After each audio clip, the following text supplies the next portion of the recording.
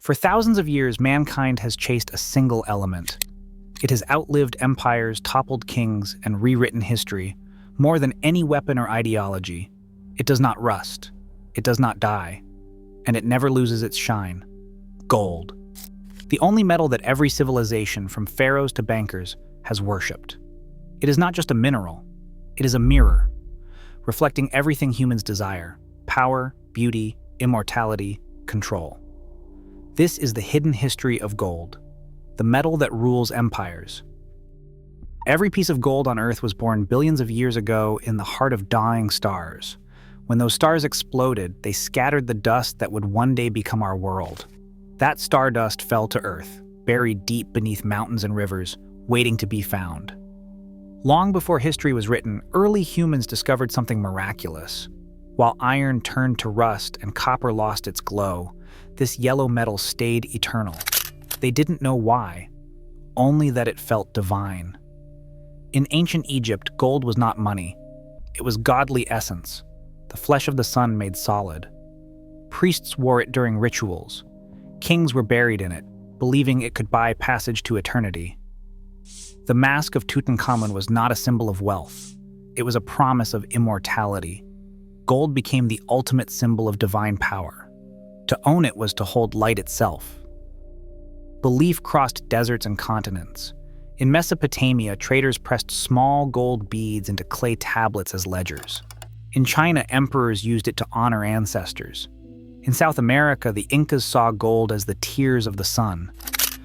It wasn't currency, it was sacred. But wherever gold appeared, one pattern followed.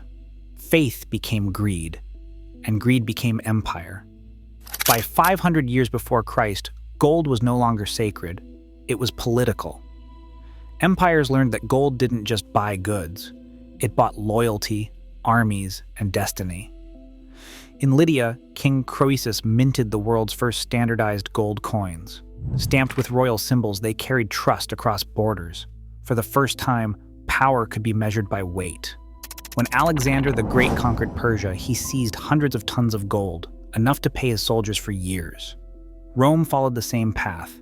Its golden coins became the foundation of an empire that stretched across continents. Gold. It was no longer the symbol of a god, it was the god. Rome worshipped it until the day it fell. When the empire collapsed, gold disappeared into cathedrals and castles. The church claimed it in the name of heaven, while kings used it to wage endless wars.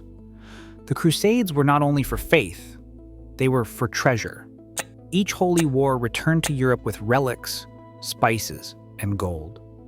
By the 13th century, Venetian merchants were trading more gold than any kingdom had ever seen.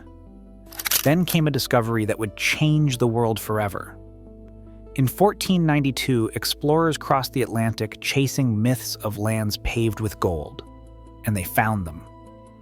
The conquest of the Americas unleashed a tidal wave of treasure. The Aztecs and Incas had mined it for centuries as offerings to the gods. The Spanish melted it down, erased entire cultures, and shipped it home in galleons. In less than a century, Spain looted nearly 200 tons of gold and 17,000 tons of silver from the New World. The empire became the richest on Earth, but its wealth was poisoned. The endless flow of metal triggered inflation. Prices soared, wages collapsed. Spain drowned in debt. The more gold it had, the less it was worth. Gold, the symbol of stability, had destabilized the world. Farther north, a new empire was rising. Amsterdam built its fortune not by conquest but by trust. The Bank of Amsterdam stored gold. For merchants, and for issued paper notes backed by real metal, it was the birth of modern banking. The British watched closely and learned a powerful lesson. You didn't need to own the gold. You only needed people to believe you did. In 1717, Britain fixed the value of its money to gold. The gold standard was born. Every pound could be exchanged for a precise weight of metal locked away in London's vaults. Money had become trust, and trust had become gold. The Industrial Revolution turned that trust into empire. British ships carried coal, textiles, and guns, but the gold behind them was the true engine of power. By the late 1800s, London was the heart of global finance. Half the world's trade was settled in pounds, and every pound was a promise of gold. Then came discovery after discovery: California, Australia, South Africa. The gold rush began. Fortunes were made overnight. Cities like San Francisco and Johannesburg rose from dust. For every man who struck gold, hundreds died chasing it. Still, nations built their futures upon it. The United States adopted its own gold standard in 1900. For the first time, the entire world spoke a single metallic language. Gold was civilization's heartbeat, but soon that heart would break.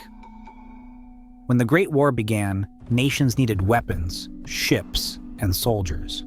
Wars are not paid in ideals, they are paid in gold. To fund the bloodshed, governments printed money faster than their vaults could refill. By the war's end, inflation had shattered economies. The link between money and metal began to crumble. The world tried to restore it in the 1920s, but the illusion could not hold. When the Great Depression hit, citizens demanded their gold back, and the banks did not have it. In 1933, President Roosevelt made private.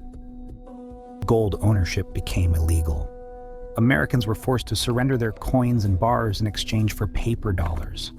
Gold now served only the state.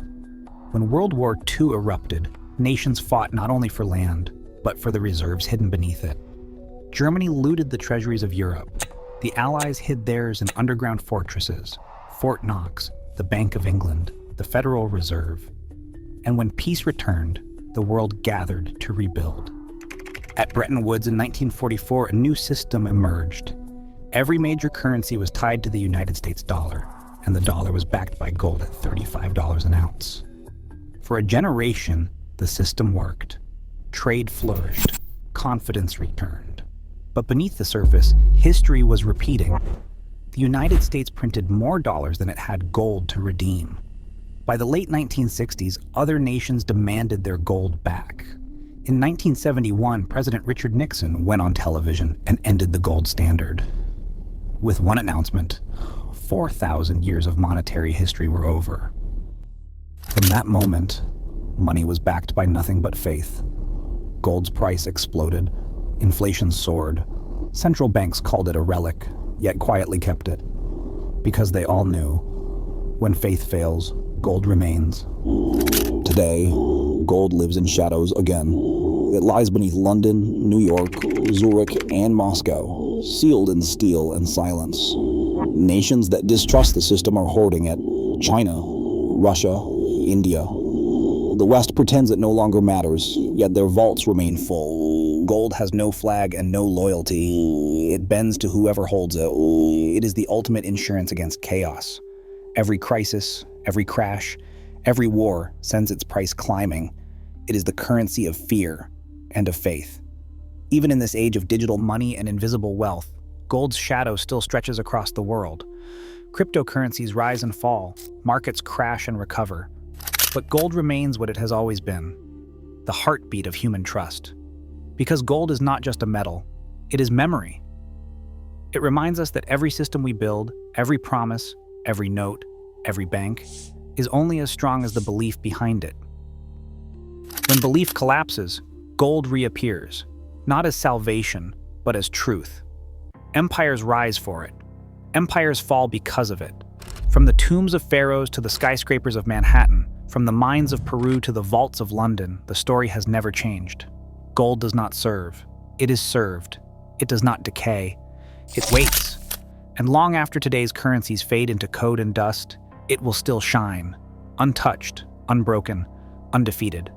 The hidden ruler of history, the metal that built, betrayed, and outlived empires, gold.